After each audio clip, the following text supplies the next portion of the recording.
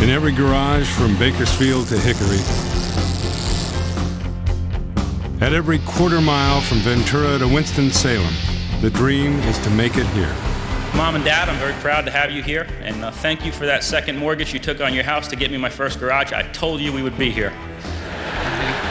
The Winston Cup, symbol of the pinnacle it's taken NASCAR 50 years to build. That's why we're in New York now. I mean, we wouldn't be here today and enjoying the big city if we weren't part of NASCAR.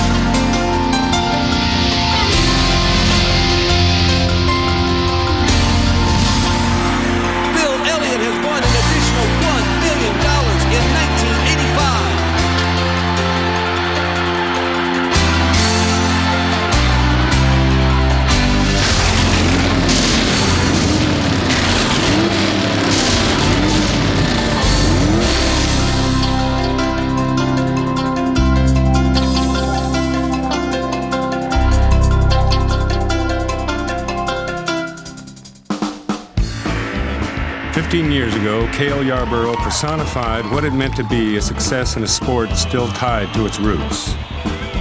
He grew up as rural South could be, walking barefoot to school through tobacco fields outside Sardis, South Carolina, in the shadow of the Darlington Speedway. A town with fewer people in it than a marching band.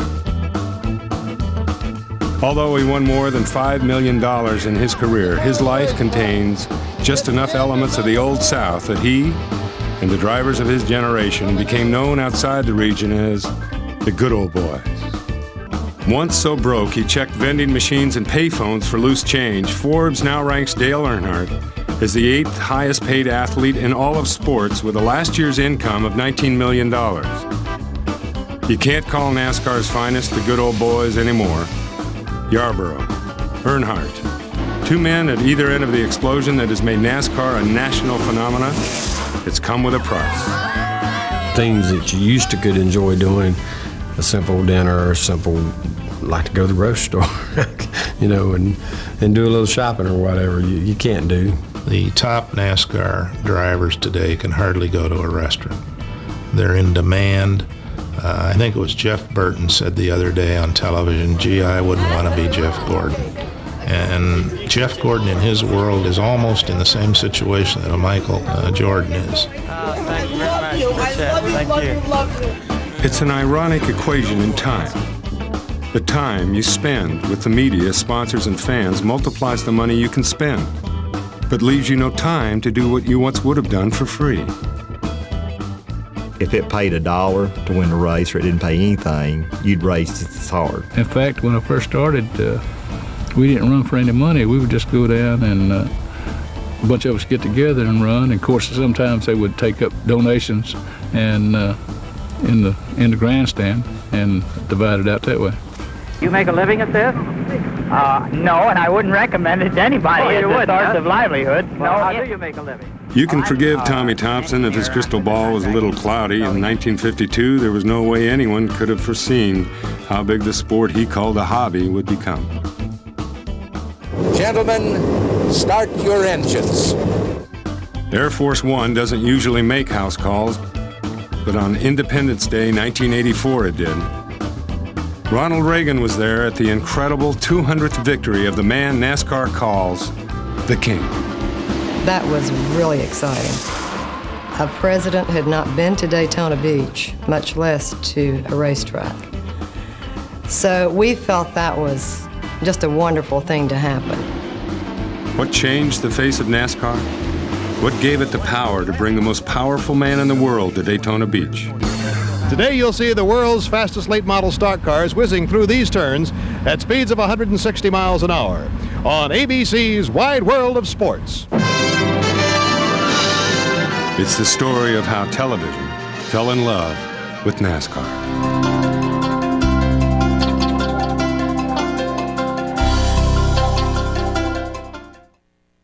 I'm so happy. I'm short on words. I've wanted to win this thing since I was 9 years old, when my dad used to win here, and now here I am in Victory Circle. It's just a country boy's dream comes true. Here I am.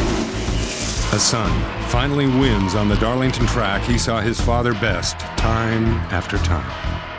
It was hard for me to choke back the tears, you know. He could really run those tracks. And somebody said one time at the drafting, they said he could draft a damn hot dog wrapper.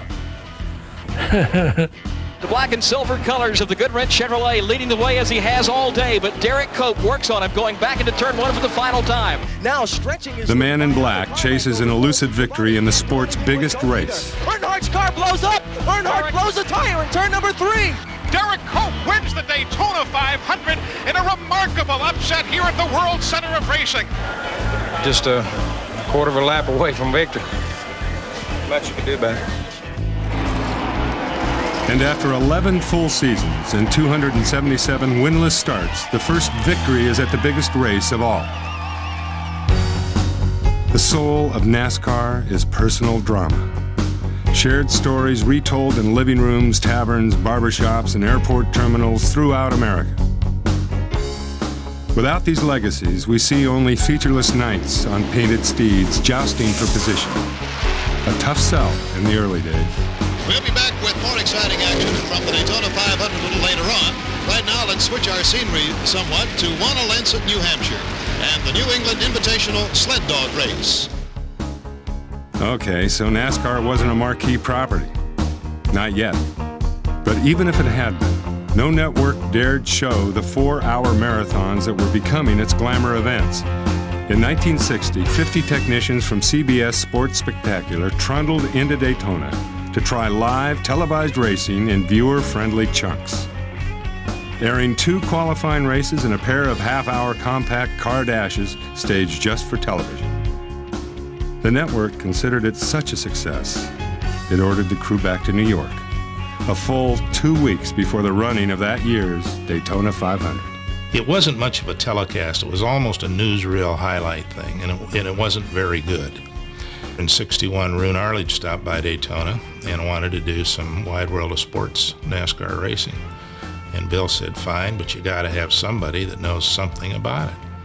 And I was the track announcer for Bill France at the Daytona Speedway. He said, well, I'll give you my guy. So now comes the July 4th preparations, and go down there, and the producer's name was Hugh Beach. And he was a typical old live producer guy who knew nothing about automobile racing. He finally calls me over and he says, you stand here, take the microphone, and you say this. And he gave me some subject matter. And I said, I'm sorry, but I can't say that. He said, my God, you've never been on television and you're a prima donna. What do you want to say? I said, well, looking at how the race is going, I feel this is in order. He said, not bad. You can say that. The Daytona International Speedway has earned the reputation of being the world's fastest track for automobile racing. The reason for it is this 31-degree bank turn, of which there are 2, each 3,000 feet in linear length. Chris Economaki, who'll be working in the pit area today, has demonstrated just how tough it is. And I guess you sort of need mountain climbing shoes, don't you, Chris, up there? Special shoes, Bill, definitely. Don't forget, in those days, the equipment was not nearly as portable or as light as it is today. The pit cameras were on tripods and had to be wheeled back and forth. The microphones were all hard-lined with coils of wire, and it was quite a cumbersome job working the pits.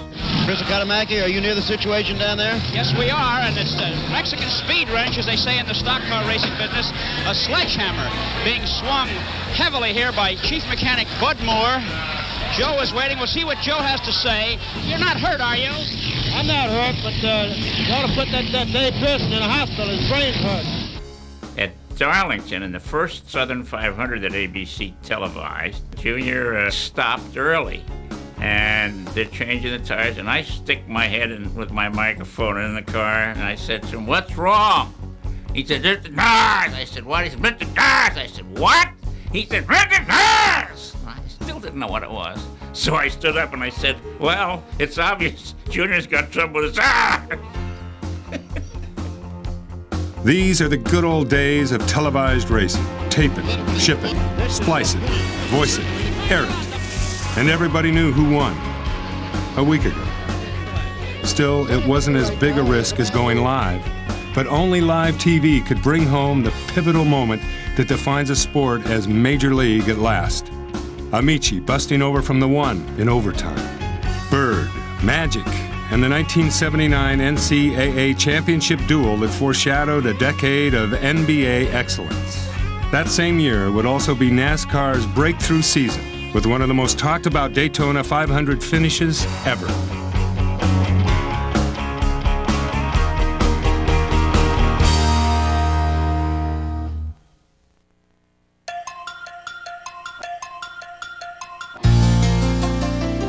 Off the number 4 corner, and the official starter, Roby Combs, has the green flag down. It goes, and they're underway. Putting down into the number I used to listen to the races 12 years old in my tent. I'd sleep in the summertime in a tent in the backyard on Church Street in Elmhurst.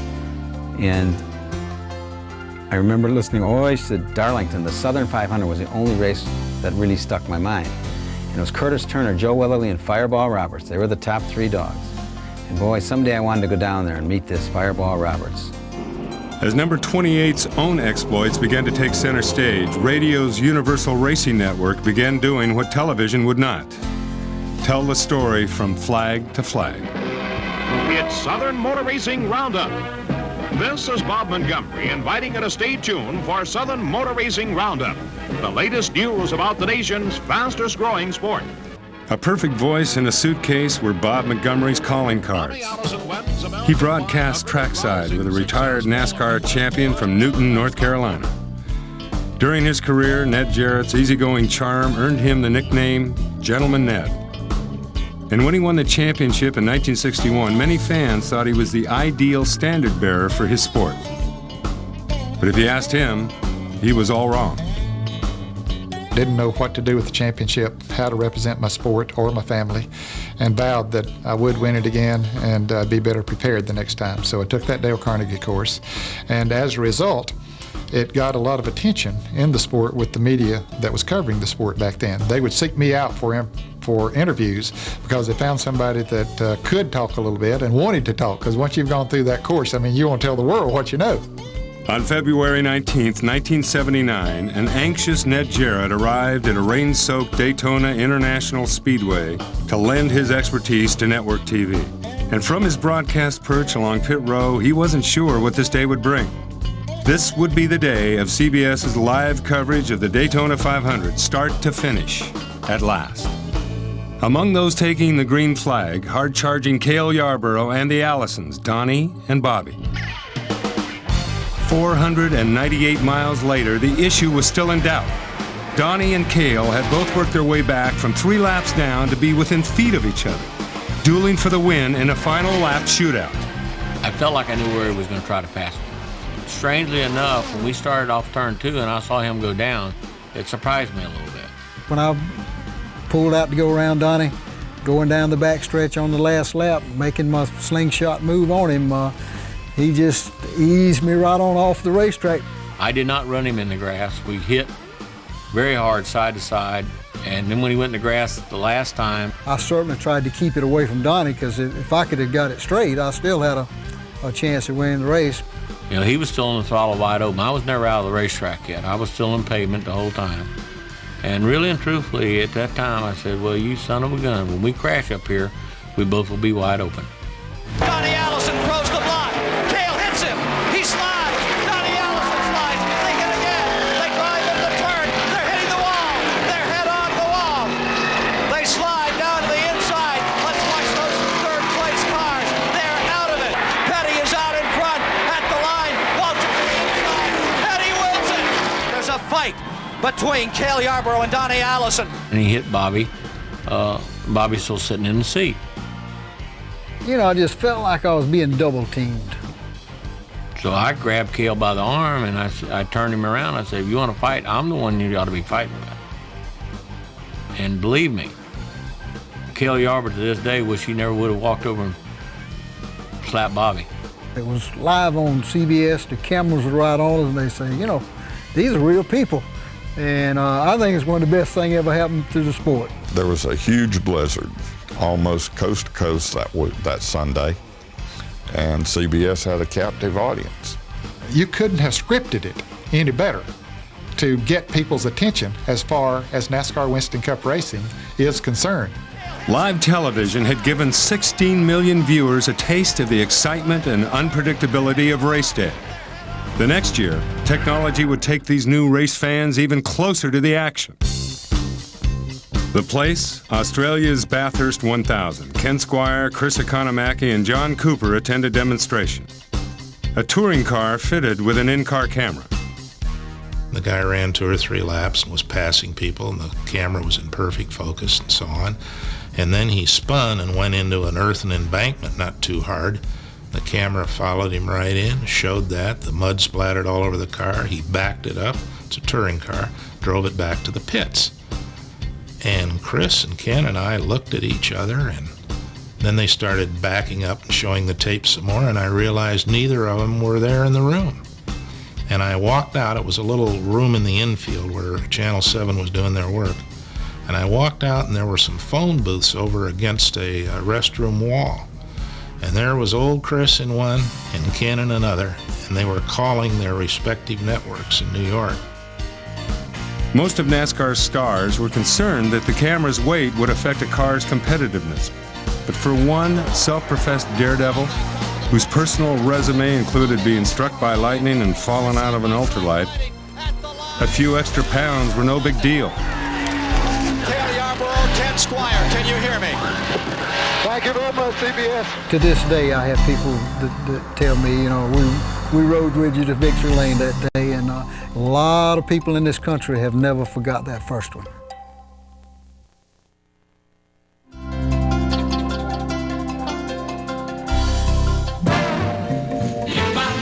If you're a child of the 60s, you can hum right along with this one.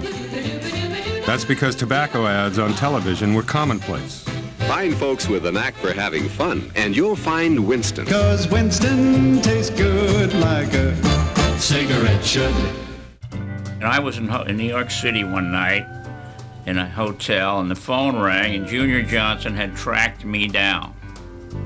Junior Johnson had some sort of a lead with a tobacco company, wouldn't say which one it was. It turns out it was R.J. Reynolds, to sponsor his cars. And there was some talk at the time about cigarette advertising on television being iffy. And Junior asked me on the phone if the television camera could erase the sponsorship on the car as it went by. I'll always remember that question. 1970. Chrysler has announced that its factory-backed teams will drop from 6 to 2. Ford follows suit and announces it will drop some of its teams as well. All of them, effective immediately. Years of protecting itself against the winds of Detroit will help NASCAR weather the storm. Its independently owned venues are another matter. None of the tracks had any money, so you couldn't afford to advertise. Advertising was taking these cardboard billboards and riding whatever the well-traveled highway was between 2 pretty big cities and putting one up every mile or so. Over in Ingle Hollow, North Carolina, Junior Johnson was having problems of his own. Gone 2 was his sponsor, but a half-hour's drive away was a solution. To Winston. Winston-Salem-based R.J. Reynolds had been banned from advertising its tobacco products on TV by the federal government. So Junior thought, well, they got to have a bunch of money they can't do anything with. I approached them about sponsoring a stock car. They asked me, what kind of money I was talking about, and I said, well, I need about I think back in it's about $700,000-800,000. They said, Lord have mercy, we need something bigger than that. That's, nothing that we like racing and it would do us some good, but We're looking for something humongous. And Junior says, what you need to do is call a guy named Bill France down in Daytona, Bill France Sr., and talk to him, because I think you can be a better proposition for the whole sport than just sponsoring one team. The irony of the thing was that they had the idea of sponsoring an event. That's really what they wanted to do. They didn't really have any interest in sponsoring the series. And we talked them into that. He said, let's be partners and make this thing grow. And rather than go out and just with a big bang with big bucks, start out gradually and let's see where we can take this sport. I'd like to make you aware, to impress on you what a big sport stock car racing has become in this country. For example, an estimated 80,000 people are in the stands and on the grounds today here. And as for the money involved in it, there's total prize money in this one race of $116,000. Gives me great pleasure to present to you $1,482,338. It is my pleasure to present you with this check for $2,300,000. Thank you very much. That's a lot of money. Unbelievable. Wow. And so began Winston Cup, a 5-year plan that's lasted nearly 3 decades. The product of a national landscape very different than today. NASCAR seems strangely frozen in the past. The change came when RJR and Nabisco came into our sport. They knew marketing. Nobody in the sport understood marketing. And of course, they threw a lot of money at the sport. And they helped all of the speedways. They could have taken all the money they spent and bought all the speedways in the United States. $40 million a year can do a lot if you're in the speedway business, but improved facilities need to make their turnstiles click. In 1985, Winston offered 1 million more reasons for fans to come out and see if any driver could win 3 of 4 prestigious races in a single season. So we said, hey, let's come up with $1 million program. Sure, Jerry Long, the first year you don't have to worry about it because nobody's going to win. It hadn't been won but twice in the history of the sport, and so we don't have to worry about that the first year. We'll be able to ride this for a while. But a Huck Finn lookalike from Georgia had other ideas. He shows up at Darlington ready to potentially win $1 million, and he surrounds himself with guards. And Darrell Waltrip just takes the opportunity and jabs at him the whole time. It was at that time and remains the greatest media craze I've ever seen at a racetrack. A lot of people absolutely would not leave the man alone. He would crawl under the race car. He works on his own race car. There was a camera or a microphone under the race car with him. Bill Elliott is going toward immortality. Bill Elliott gets the checker flag. Bill Elliott has won an additional $1 million in 1985. Bill Elliott came out the first year and won it, and we didn't budget the money either. For 12 years, no one shared Bill Elliott's throne as king of the Winston Million. This is the last lap of the race, folks. Here he goes. Look here. Oh, they make contact. And they make contact. They go down into the corner side by side, and Jeff Gordon holds off the challenge. Yet even as Jeff Gordon celebrated in Victory Lane, Winston was preparing to kick off NASCAR's 50th anniversary by taking its bonus fund to the next level. This program will be known as the Winston No Bull 5. There's 5 drivers, there's 5 racetracks, and there's $5 million.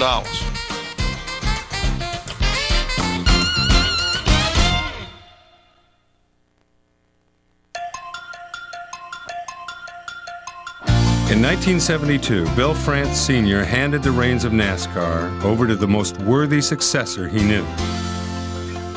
Bill Jr. had learned his father's business from the ground up, digging ditches, parking cars, and fashioning guardrails out of palmwood. A prodigious reader, he would sit off by himself, poring over every journal and trade paper he could get his hands on.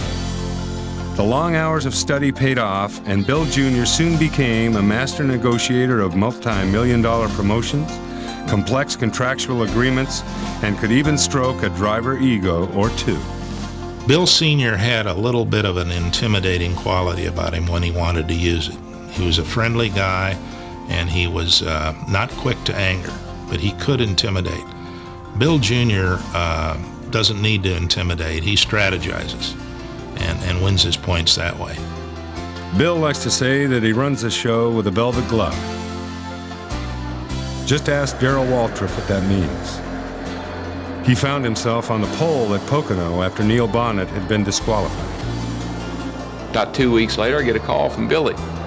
And he says, what's your take on that deal at Pocono? He said, you think we handled it right? Yeah, I mean, the man had the wrong fuel. You got the wrong fuel. You got to disqualify him, throw him out. He said, well, good. You won't mind us taking that trophy and that money back from you because you had the wrong fuel too, which I did. I said, what? So he just really kind of set me up, Sure, it's a dictatorship, car owner Felix Sabates once said, but who's complaining? He'll do a nice thing for somebody and never even acknowledge it, almost as though I'll just do that and that's that. I can remember back to 1977, my father and I got in the car, drove to Daytona Beach, drove all night, sat out in the parking lot, went in and saw him. He gave us $1,500 to go to Talladega and race because we didn't have the money to go. He's so philosophical when it comes to reasoning with things and people and sponsors. And everybody can be upset about something's been changed in the rules or the system that it's going to upset the world, and you go to him and, oh, Bill, this big problem, this, that. When you come out of there, you're just really, oh, it's going to be okay, Just a few words of wisdom from him, just the way he expresses himself and the words that come out of his mouth that makes everything okay. Everything he's ever told me has been gold.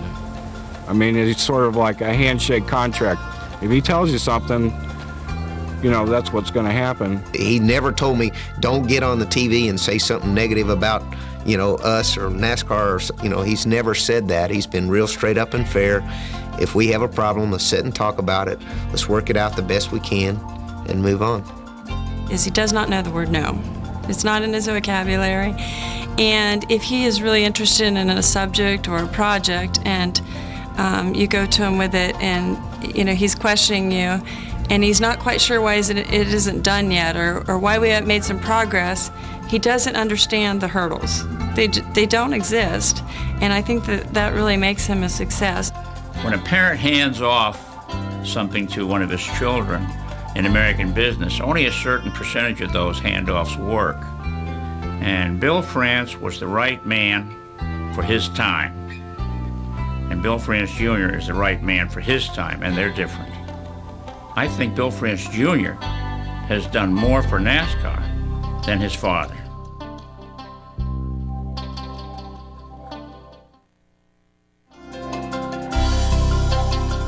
I'd like to thank RCA, Goodyear Ford. STP, this is for you guys, man. They've been with Rich for 25 years. This Todd Ford, Downey Ford ran great. I got to thank my sponsors, Hooters Restaurant, Naturally Fresh Salad Dressings, Classic Mixers, Valvoline and Cummins and Bugles, all the McDonald's owner-operators, Chevrolet, Southeast Wood, Owens Corning, Sylvania. Let me see. MTD. Read the uniform. Make sure you forgot it. Make sure you didn't forget anybody. If I missed anybody, I'm sorry. Well, you have to remember, in the first decade of NASCAR, sponsors were virtually unheard of. There really weren't any sponsors of consequence. Some gas station would paint its name on a car for $25 or $40 for the weekend, and that was the sponsor. That is until Carl Kiekhaefer, a Wisconsin entrepreneur who saw NASCAR as the ideal way to promote himself. He made millions with his Mercury outboard motor company and then took his fleet of logoed white Chryslers with uniform pit crews to the circuits. In 1955, they won 22 of 40 races. The following year, they took the checkered 16 straight times, a victory string unequaled to this day. His cars were constantly inspected. We were never able to find a Kiekhaefer car that was illegal, France Sr. once said. Brother, did we try. A relentless perfectionist, Kiekhaefer ordered dirt samples taken from tracks and employed a traveling meteorologist. If he watched the details like a hawk, he watched his drivers closer. Kiekhaefer would go to Daytona and rent a 60-unit motel. With his $40 million, he could do this. He'd get a room, true story, a lot of people won't believe this. Kiekhaefer would get a room in the middle, and there would be no driver be with his wife the night before a race if you drove for Carl Kiekhaefer. In other words, it was about like boxing. There was no sex for a boxer the night before he was going to box. And I think this is where Kiekhaefer got this from. And we thought it was the roughest thing in the world, you know, because we wasn't that type of athletes, you know. That's nice. Like the intensity you feel when you drive it. No one watches the doorknobs turning on the infield motorhomes these days. In some ways, things have gotten worse. As soon as you step over into Winston Cup, now you've hit the big time.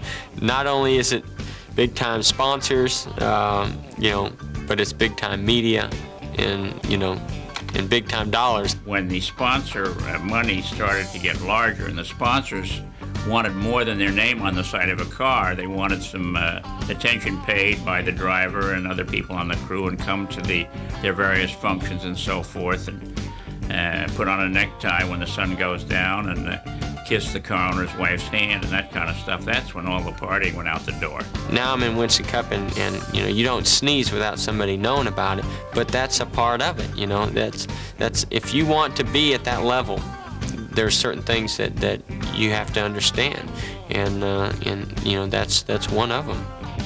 The need to be media savvy, so unique in Ned Jarrett's day some 30 years ago, is standard operating procedure now. That's because Winston's entry into NASCAR had been like a ship with a very wide wake. We built VIP booths to bring chairmen and presidents of various companies. They were usually consumer goods companies that sold our products, that we would bring them to an event, expose them to this activity, and they would say, you know, this is a pretty good deal. This is a pretty good venue. There's a lot of people here. There's a way to expose our products here.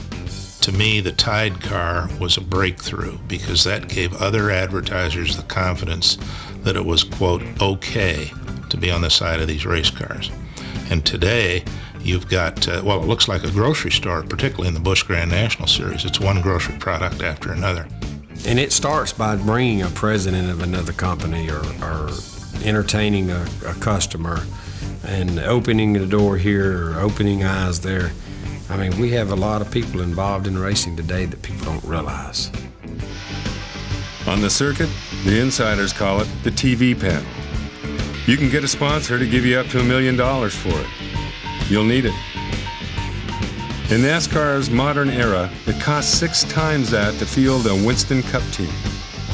If time is money, that's a lot of your time for their money. I don't know how in the world a team with one driver can do any more at all than what we're doing. The only way you could probably do it if a guy was single and he had no family and didn't give a you-know-what about a family type of life. Let's just go racing and that's it. The changing economics of racing's technology have altered the role of the driver off the track. But of the approximately 8,600 hours a year that are fair game for sponsors, it's still the 124 hours that drivers go wheel to wheel, which remains the reason why they do it. When I get in that race car, I just feel so comfortable and feel at home when I'm in that race car. And these days, it's my getaway.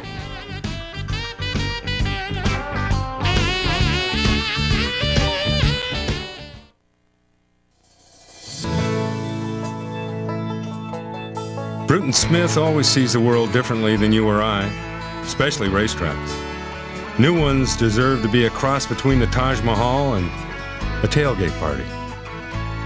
Charlotte Motor Speedway did this huge expansion program and built more seats and put suites, you know, for the businesses to rent all across the top of their grandstands. And LG DeWitt came over for qualifying. And I said to LG, is that unbelievable or what? And he said, but who's he going to rent them to? They sold out immediately, which was par for Charlotte Motor Speedway, where Bruton Smith and promoter Humpy Wheeler were always cooking up something.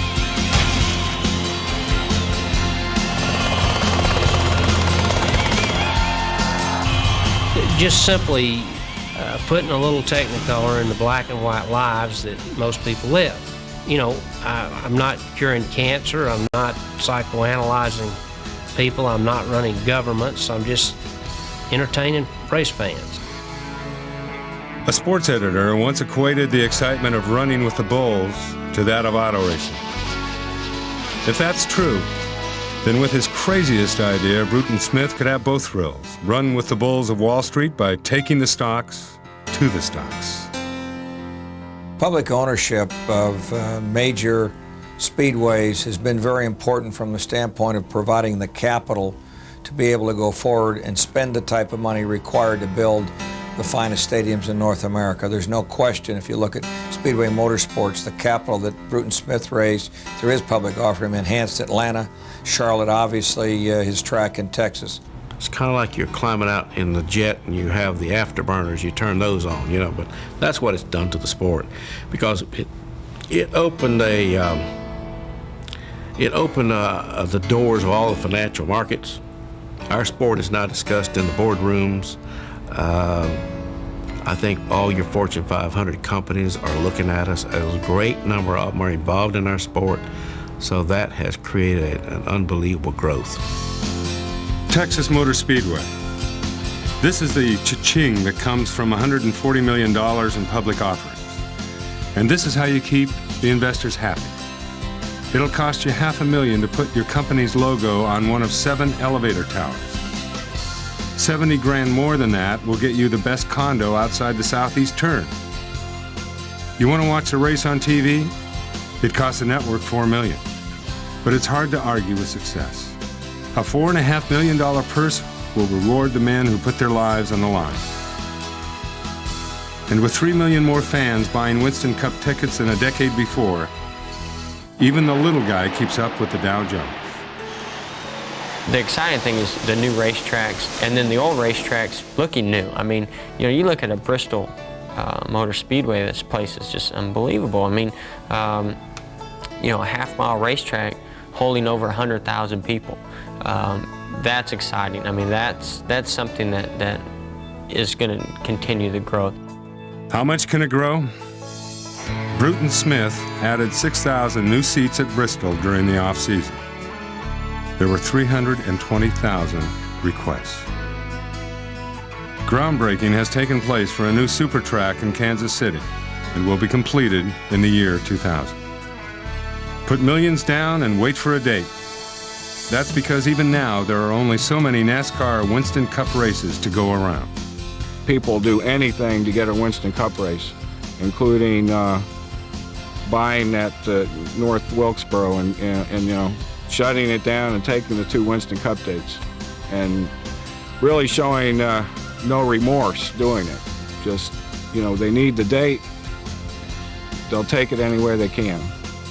Who bought North Wilkesboro Speedway and shut its gates after 50 years of racing?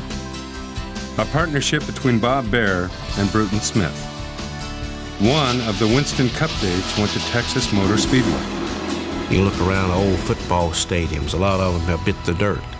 A lot of Major League Baseball stadiums have bit the dirt. They tear them down and they go back and they do it somewhere else. That's inevitable. Now, 13 of 19 Winston Cup tracks have gone public, including those owned by Bill France's International Speedway Corporation. Perhaps it is inevitable, as Bruton Smith says, that the sport outgrow privately owned family tracks in favor of the multiple speedway conglomerates. But what happened at North Wilkesboro remains a powerful reminder that sometimes the price of moving forward is paid in memories.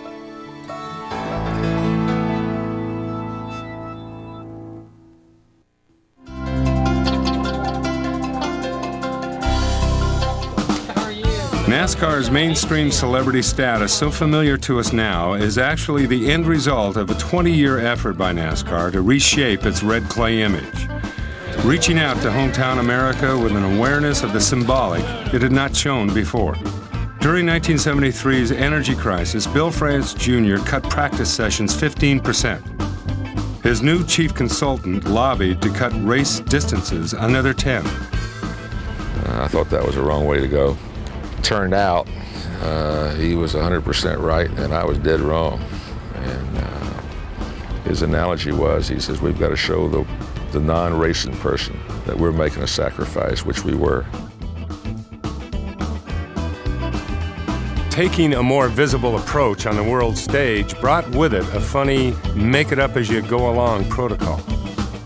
When Andy Granatelli brought King Hussein to meet Bill Sr., plans of royal proportion were underway. Secret Service said you can't have anyone else in the suite when the king's in there. So Bill sent me up to the suite to notify people as they arrived that they couldn't come in.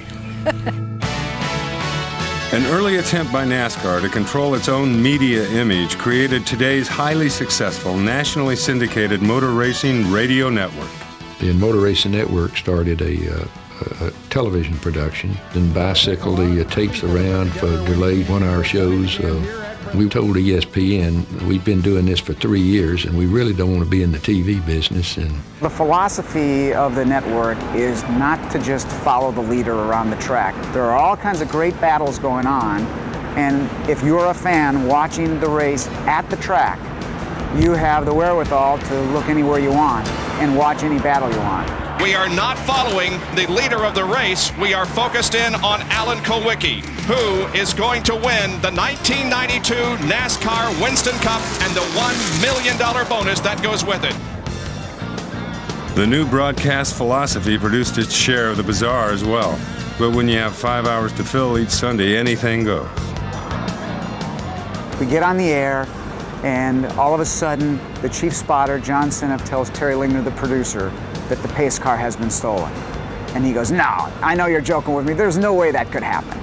And at that time, I was listening in at the same time, and we zoomed in on the cameras to the pace car, and sure enough, here's a guy with no shirt on, long hair, and he certainly wasn't the pace car driver. In gasoline alleys across America, NASCAR's now constant electronic companion was looked upon with trepidation. After all, threading the needle with a ton of metal hurtling 200 feet in a heartbeat can get to be second nature. Staring into a little 3-inch lens would take a new breed of driver. Someone with nearly superhuman boldness. Is this going all over the world, all over the country? When that red light came on, man, I went to work. I got my message out. I'm gonna tell you what, folks, Saturday night, Cuckoo Marlin is dog meat. He'll never work in this town again. He's out of here. The kid has come to town. I'm gonna blow him off a racetrack. He'll quit racing when I get through with him.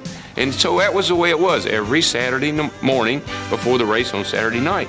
Well, it created a lot of excitement. When I grew up, I couldn't do anything. I mean, I couldn't get up in front of 2 or 3 people and say 2 words. And this has really changed me in a lot of ways. And I still don't understand some of that side of it.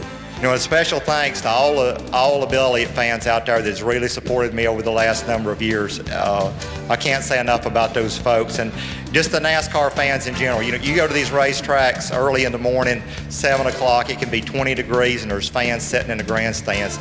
And I think my hat's off to all those guys, because I don't know that I could do that. But, you know, for them to support us the way they do is absolutely amazing to me. Amazing? Yes. But it is here in this mini UN where allegiances are expressed in numbers that the true success of NASCAR lies. In all of our policies, we try to tilt our ticket sales, our presence on the facility, heavily in favor of Mr. and Mrs. Fan. If you think about that, the corporate sponsors only want to be here because the fans are here. Fans are 50% of the horsepower. That makes a big thing. Before a race, when they cheer you, that's half of it. Fans are what make the horsepower in your mind. The louder the cheer, the faster you can get.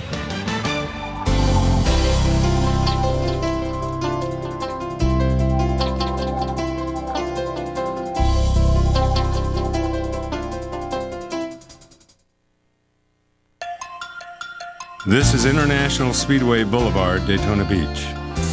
And this is Park Avenue, New York, the Waldorf Astoria.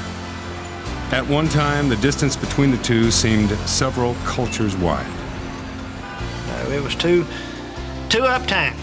I said, well, you know, we don't belong in this place. It's just, we was outclassed, but everybody come in, fit in, and NASCAR, you know, they knew what they was doing. They always do. Part of the rap we were finding was, well, it's a southeastern sport, and we'll do some regional advertising, but I'm not sure we want to do national advertising. The move to New York give us a little more of that national flavor. You know, today, the NASCAR Winston Cup banquet probably has the largest gathering of corporate CEOs of any function in the country. That's NASCAR's job, to make sure that we create opportunities and create a direction with a sport where everybody can win. And it's the greatest time that there's ever been to be in racing, in motorsports, because this sport is just thriving and it's growing and there's no end to it. Everyone in America, and I think pretty much throughout the world, will know about our 50th year. It's going to promote motorsports like never before. We've got a great group of people working on it, both corporate and from the media standpoint, great partners. Tonight with our former champions here, let's show them the logo. In 1904, a man by the name of McIntosh considered the prospect of horseless carriages going head-to-head and wrote, "Let us guard this great, big, far-reaching sport in its infancy so that it may develop into a being which shall be a constant source of delight, pride, and satisfaction to us all." Today, Bill French Jr.'s NASCAR is that source of delight and a $2 billion a year industry. Not a bad start for the pioneers who met 50 years ago at the Streamline Hotel. And the Iron Men who raced the beach sands and red Carolina clay for little money and only tomorrow's promise that another racetrack lay just around the bend.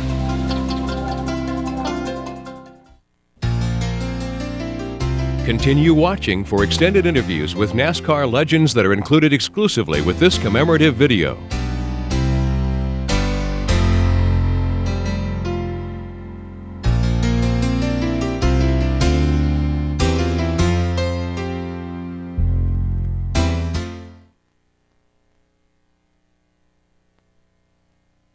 That 1985 event was one of the most incredible experiences any of us covering auto racing could have possibly gone through. Here was Elliott, this young kid from Georgia that looked and sounded like Huck Finn, but he shows up at Darlington ready to potentially win $1 million, and he surrounds himself with guards. And Darrell Waltrip just takes the opportunity and jabs at him the whole time. Harry Hyde, one of the big crew chiefs at the time, was jabbing at him as well, but the Elliott boys just sort of focused on their race car and they got the thing dialed in. And I worked the pits alone that day. Larry Newber was the anchor and Jack Arute was the color, and I worked the pits all by myself. It was one of the most fun days I ever had working for TV because it was an ESPN show and we did this incredible race weekend deal. We had Dave McClellan and some other people. They were covering drag racing, and Jenkins and some of the other guys from ESPN. They were all off covering an IndyCar race someplace. But those of us who had the stock car race, we thought we had the story of the day. And as it turned out, we really did, because as the day unfolded, improbably, Bill Elliott ultimately won the race. He shouldn't have won the race. Lots of things happened that played in his favor. He not only was fast, he was very, very lucky. It should have been Cale Yarborough's show, but he had mechanical problems, and Bill Elliott won the thing. The victory lane was just dazzling. It absolutely was dazzling. These dollar bills, imitation phony dollar bills, but they sure looked like it, were falling on our heads, and everybody was just so excited. It was a dramatic, exciting, fun moment. I think that was one of the pivotal moments in Winston Cup racing to that point. But it didn't end there. The thing I think that impressed me the most about the day was not what I experienced in Victory Lane, but what I experienced driving to the airport at Charlotte. Because people all the way to Charlotte were on their porches and they were celebrating and they had signs and they had banners, and it was as if the whole state of first South Carolina, then North Carolina, were celebrating this dramatic sports event that had happened right in their own backyard. It's a day I'll never forget. My very first NASCAR event was Atlanta, probably I think it was 1964. It had been rained out twice. The racetrack was about bankrupt. There was red mud everywhere. When we got there, I was going to be the person at Goodyear who replaced the person that was taking care of the engineer was taking care of racing, and he was working a half day, and I was going to work a half day. And we had 33 cars of the 44 cars. The track was very rough, and it had worn out the tires badly. Right before the race, one of the teams asked me, "How long do you think the tires will wear?" I said, I don't know, what's the first gas stop? They said 90 miles. I said, well, I'm assuming the tires will wear 90 miles. And they said they only wore 60 miles, and that was 2 weeks ago, so it hadn't stopped raining since. And so I went to the engineer, and his name was Jim Early. Jim, how long do you think the tires will last? He said, well, they won't last a pit stop. And I said, don't you think we better tell somebody? And Jim says, well, they know that. So I said, okay. So I go back to whoever it was, and I was taking care of Petty's at that time and Bud Moore at that time, and that I was assigned half the car. So I went back and I said, I'm sorry, but you're right. They're not going to wear it to the first pit stop. He said, okay. I said, well, what are you going to do? And I'm totally panicked. And he said, we'll wait till Junior hits the wall. I said, so I don't even know who Junior is. I go back, Jim, he said they'll wait till Junior hits the wall, and then they'll stop and change tires. And so what happened is the race started. Junior's in a white Chevrolet. He blows off and blows everybody off, disappears in the distance, wears through, blows out the right front, hit the wall, and everybody stopped and changed tires. Ralph really was the inventor of me. I didn't do it myself. He sort of started to pick me up at Milwaukee, and he's the one that got me the ride with them. And John wasn't, John Holman, his partner, said, geez, who's this guy? We're not doing that with him. Well, he said, you'll see in a couple of months. So just luckily, I had to listen to Moody, though. I mean, he brought me up the ladder. I mean, there's a lot of drivers could do a lot of things if they had somebody that would stay with them, and, when he gets hot, you got to take him under his arm and tell you that you're doing something wrong. Once we were at Charlotte before the 600 a couple of days, and I come in and he says, Fred, you're driving the car wrong. I says, and he says, I want to tell you what you do when you go out there to go down in the corner. You're going in the corner too deep going into one. I said, you go do it. So he got in the car, went around the racetrack, run almost 5 mile an hour faster than me. And he came back in, he says, now, how'd I do? I said, you run 5 mile an hour faster than I ever have. He said, now, you go do what I tell you to do. I said, well, go do what I tell you to do. So I went out there, ran 54, 55. I was going 9 mile an hour faster if you told me what to do. See, I was driving down the corner too deep. He said, why don't you get out of it a lot earlier and then get back in it a lot earlier? So I did it. And I says, well, you're right. But that was just one of the times that he put me down. He would always prove his point. I was sort of a big head. After that day, I always believed him. I guess you did it to prove a point that you could do it better than somebody else too, or you wouldn't be there, But you look back and you see this stuff now, and you just never realized you were doing that. It's just what you did every day. But the thing is, people never knew how hard it was to do what we were doing. I used to be in Atlanta, and I was home at night, in the shop, and back at the racetrack in Atlanta, Rockham, Darlington, Bristol, all these places around here. I'd be in Milwaukee racing, doing stuff with USAC, and back down here to another show at one of these things and fly on an airplane. You didn't have time to do nothing. My little boy was a year old and scared of me. He didn't know who the hell I was. I wasn't home. And that's one of the reasons that, you quit that stuff. In 1969, 1970, the manufacturers were making a lot of muscle cars on the street that were very, very fast. Well, the insurance companies started elevating to the insurance to the point that they could hardly sell these muscle cars to the young kids, because if they could afford the car, they couldn't afford the insurance. So Ford and Chrysler in the early 70s backed out of racing. I go to Daytona in 1970 for the ARCA race and find out that Ford is going to stop my help. And I said, wow. I mean, you talk about crushed. I've been the two-time ARCA champion, and I guess I figured out this is where I'm going to be. I'm going to race ARCA, but I'm out of business.